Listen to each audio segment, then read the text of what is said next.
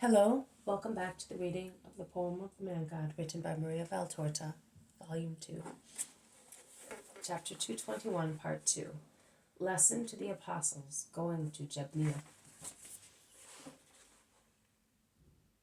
Jesus continues, and after all, is it not lovely to go like this, dropping sparks of light, notes of heavenly music, celestial corollas, perfumes of truth, serving and praising God, on lands enveloped in darkness, in dumb hearts, on souls as sterile as deserts, to overcome the stench of falsehood, and do that all together thus, you and I, the Master and his apostles, with one only heart, one only desire, one only will, so that God may be known and loved, so that God may gather all peoples under his tent, and everybody may be where he is.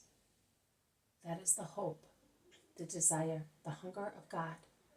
And that is the hope, the desire, the hunger of souls, excuse me, who are not of different races, but belong to one race only, the one created by God. And since they all are the sons of the one God, they have the same desires, the same hopes, the same hungers for heaven, for truth, for real love.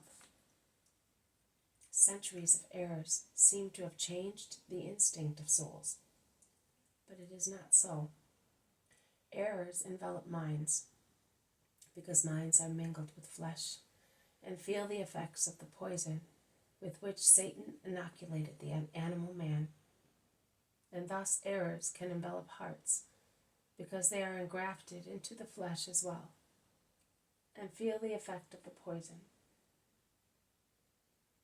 The treble concupiscence bites senses, sentiments, and thoughts. But the spirit is not engrafted into the flesh. It may be stunned by the blows which Satan and concupiscence deliver it.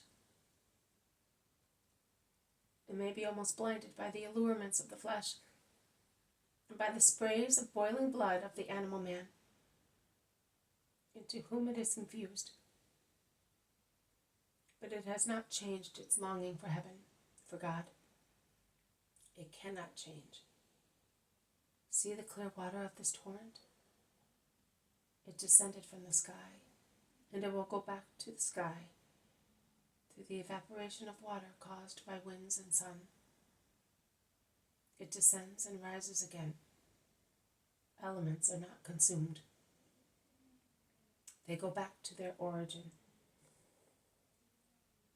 The spirit goes back to its origin.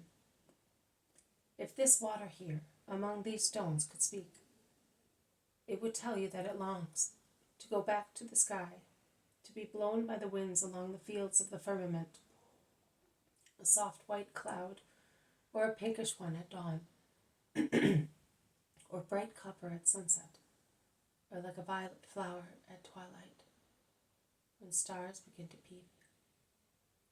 It would tell you that it would like to act as a sieve for the stars peeping through the gaps of Surrey to remind men of heaven, or as a veil for the moon, so that she might not see the nocturnal ugly deeds of the earth, rather than be here, confined between banks, under the menace of becoming mud, compelled to see copulations of water snakes and toads, while it is so fond of the solitary freedom of the atmosphere.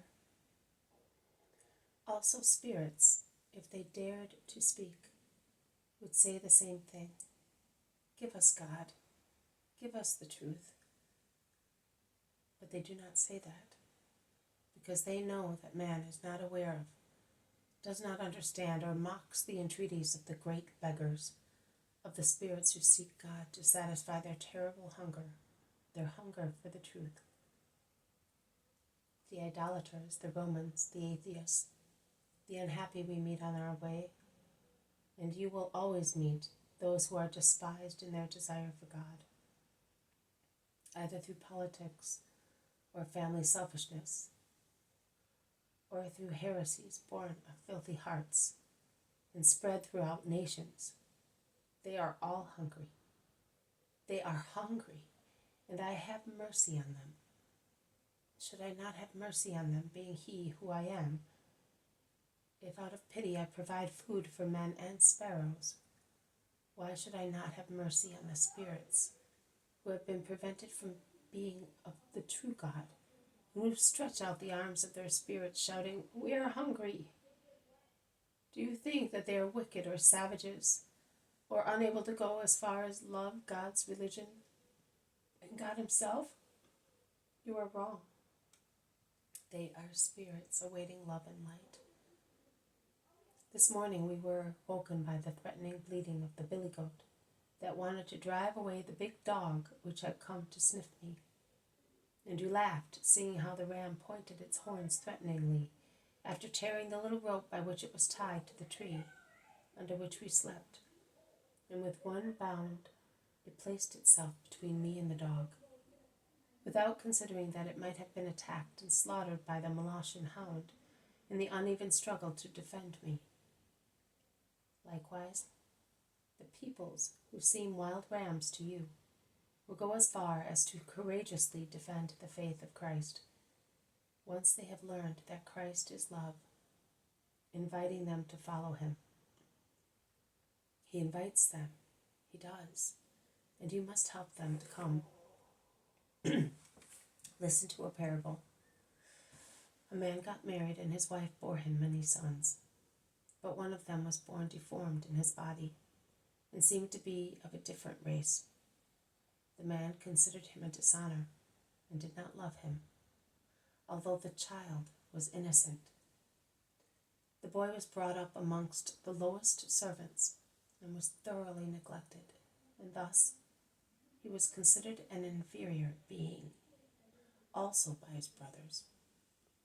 His mother had died in giving birth to him, and consequently she could not mitigate his father's harshness, or stop the mockery of his brothers, or correct the wrong ideas conceived in the primitive mind of the child.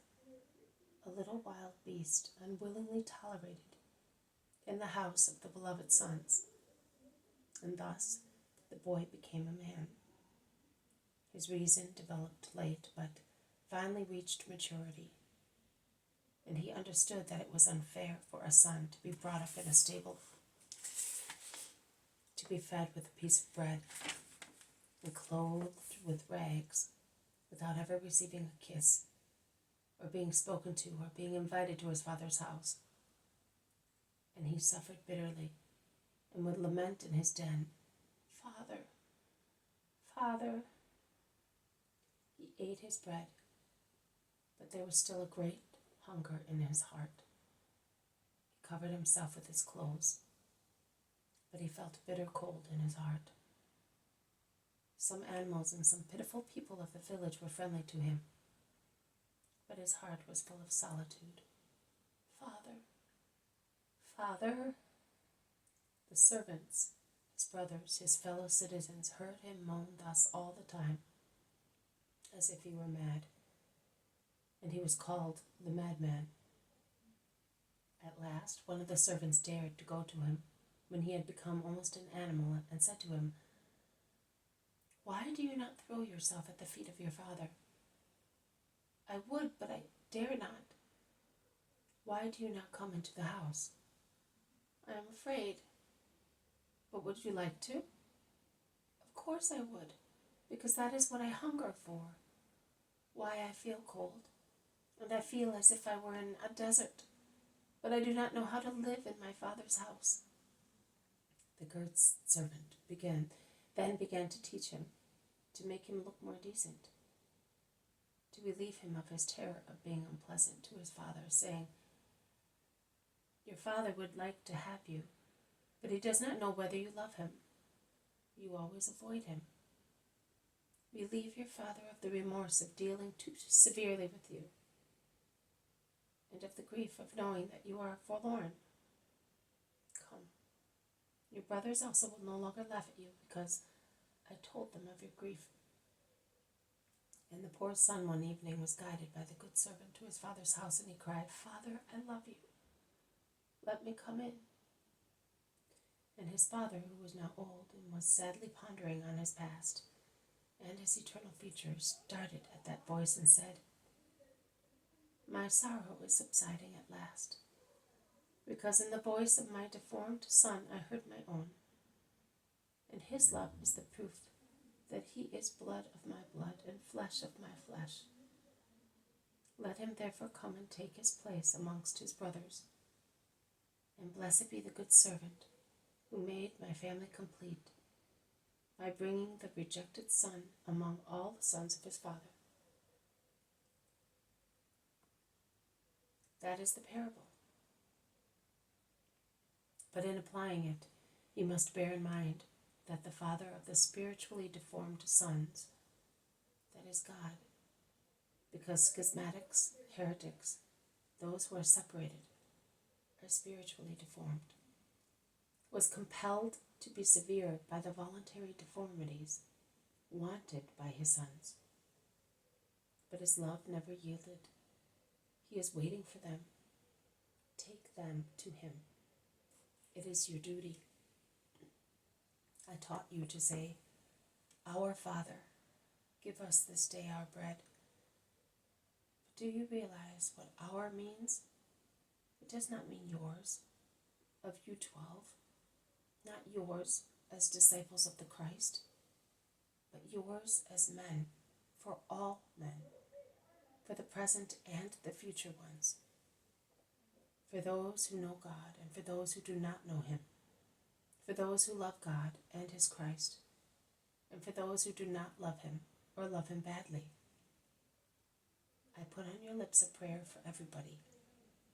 It is your ministry. You who know God and his Christ and love them must pray for everybody.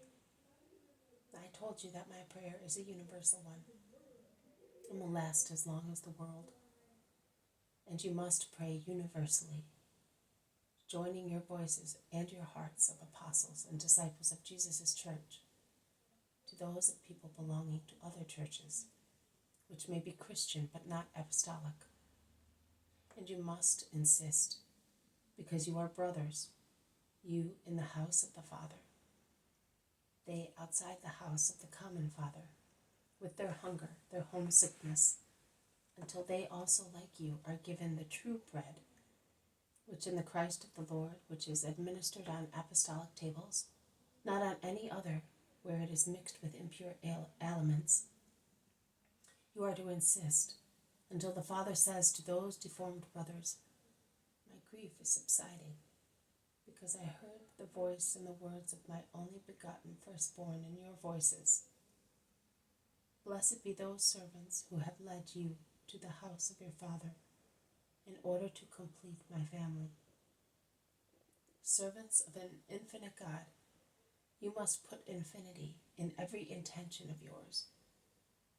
Have you understood? There is Jabneel. Once the ark passed by here on its way to Ekron, which was not able to keep it, and sent it back to Beth Shemesh. The ark is going to Ekron once again. John, come with me. All the others will remain in Jabneel. Meditate, and be careful how you speak. Peace be with you. And Jesus goes away with John and the ram, which, bleating, follows him like a dog. This has been a reading from the poem of the Man God, written by Maria Valtorta, Volume 2, Chapter 221, Part 2, Lesson to the Apostles, Going to Jabneel. Thank you for listening. I will see you tomorrow. May God bless you, and may peace be with you.